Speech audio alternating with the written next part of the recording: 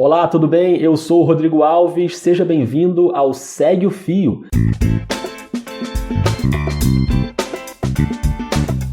Esse é o programa do Midcast, onde são materializadas em podcast as populares threads do Twitter em episódios de no máximo 8 minutos. Se você não sabe do que eu estou falando, thread é aquela sequência de vários tweets abordando um tema específico que não cabe em 280 caracteres. Esse formato aqui no podcast vai ser sempre com uma pessoa narrando, pode ser algum convidado, algum integrante do Midcast ou a própria pessoa criadora do fio. Vale lembrar que o conteúdo sempre é reproduzido aqui com autorização prévia do autor. E hoje a thread é do jornalista Ariel Palacios, correspondente da Globo News em Buenos Aires. Ela foi publicada no dia 24 de março de 2019 e fala sobre a ditadura militar argentina entre 1976 e 1983. Antes de começar, um aviso importante. Essa thread descreve algumas práticas de tortura. São relatos importantes para a gente entender o que aconteceu, mas claro que são descrições bem fortes. Então faz o seguinte, pode ir ouvindo e quando a gente chegar nesse momento eu aviso de novo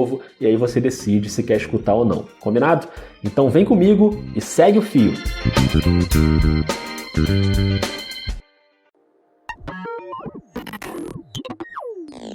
Há 43 anos, no dia 24 de março de 1976, iniciava na Argentina um período de 7 anos da ditadura militar mais sangrenta da história do século XX na América do Sul. Uma ditadura que até ressuscitou o uso do empalamento para torturar e assassinar aqueles que consideravam seus opositores.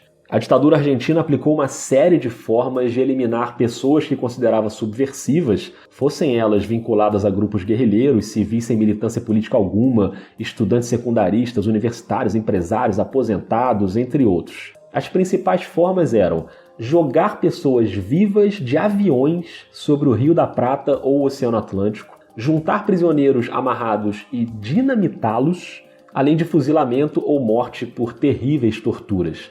Os corpos eram enterrados em cemitérios clandestinos ou em cemitérios oficiais, embora em fossas coletivas como indigentes, ou então jogados no Rio da Prata ou no mar. Em relação aos desaparecidos durante a ditadura, militares e policiais argentinos assassinaram ao redor de 30 mil civis, segundo organismos de defesa dos direitos humanos argentinos e organizações internacionais. A imensa maioria dos quais sem militância na guerrilha. Aliás, paradoxalmente, o próprio exército havia anunciado oficialmente que a guerrilha tinha sido destruída no ano anterior, 1975, antes do próprio golpe. A Comissão Nacional de Pessoas Desaparecidas, CONADEP, reuniu o registro de 9 mil denúncias de pessoas desaparecidas. Os militares afirmam que assassinaram, entre aspas, somente 8 mil civis, segundo declarações dos ex-ditadores Reinaldo Bignone e o Jorge Rafael Videla.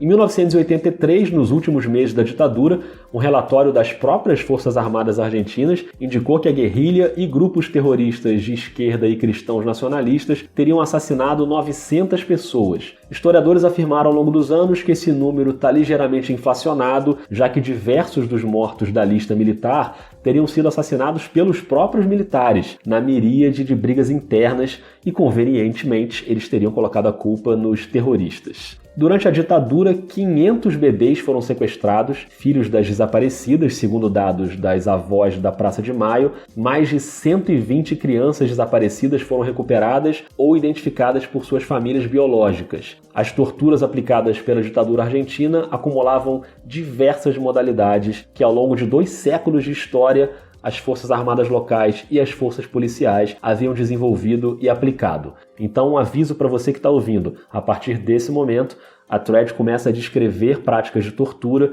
então o conteúdo passa a ser mais sensível. Alguns exemplos. Picana elétrica, criada nos anos 30 na Argentina por Leopoldo Lugones Hijos, filho do escritor nacionalista Leopoldo Lugones. A picana era um instrumento para assustar o gado com choques elétricos nos currais e assim direcioná-lo para o abate ou para o embarque. Aplicado a seres humanos, tornou-se o instrumento preferido de tortura na Argentina.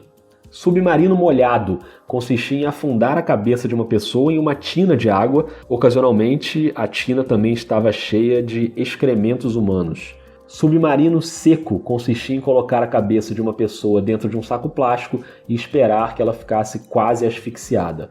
O rato no cólon era a colocação de um rato vivo, faminto, no cólon de um homem. Nas mulheres, o rato era colocado na vagina.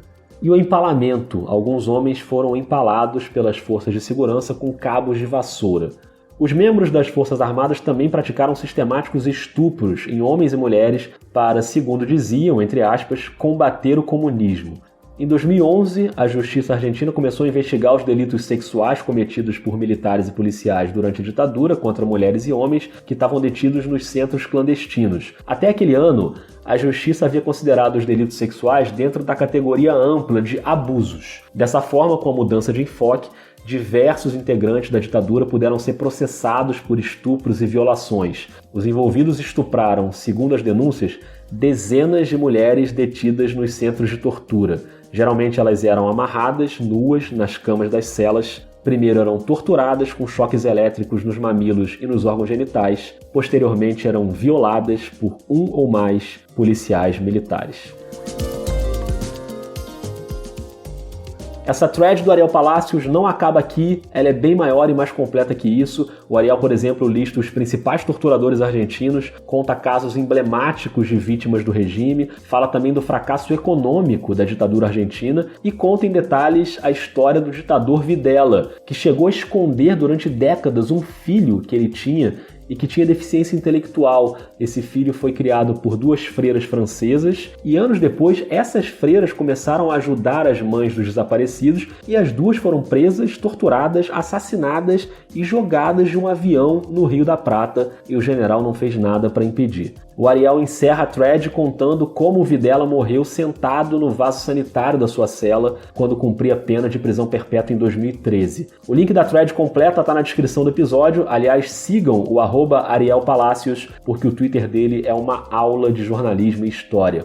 Eu sou o Rodrigo Alves, tenho um podcast chamado Vida de Jornalista e para quem quiser ouvir o podcast tem um episódio com o Ariel, contando os bastidores do trabalho de correspondente na Globo News, as coberturas que ele fez ao longo da carreira. Lá no Twitter, @vida_jornalista, tem todos os detalhes do podcast para quem quiser saber mais. Se você curtiu esse Segue o Fio ou tem alguma sugestão de conteúdo para esse formato, é só mandar pelo Twitter ou pelo Instagram no perfil do Midcast, o @podcastmid. Valeu e até a próxima!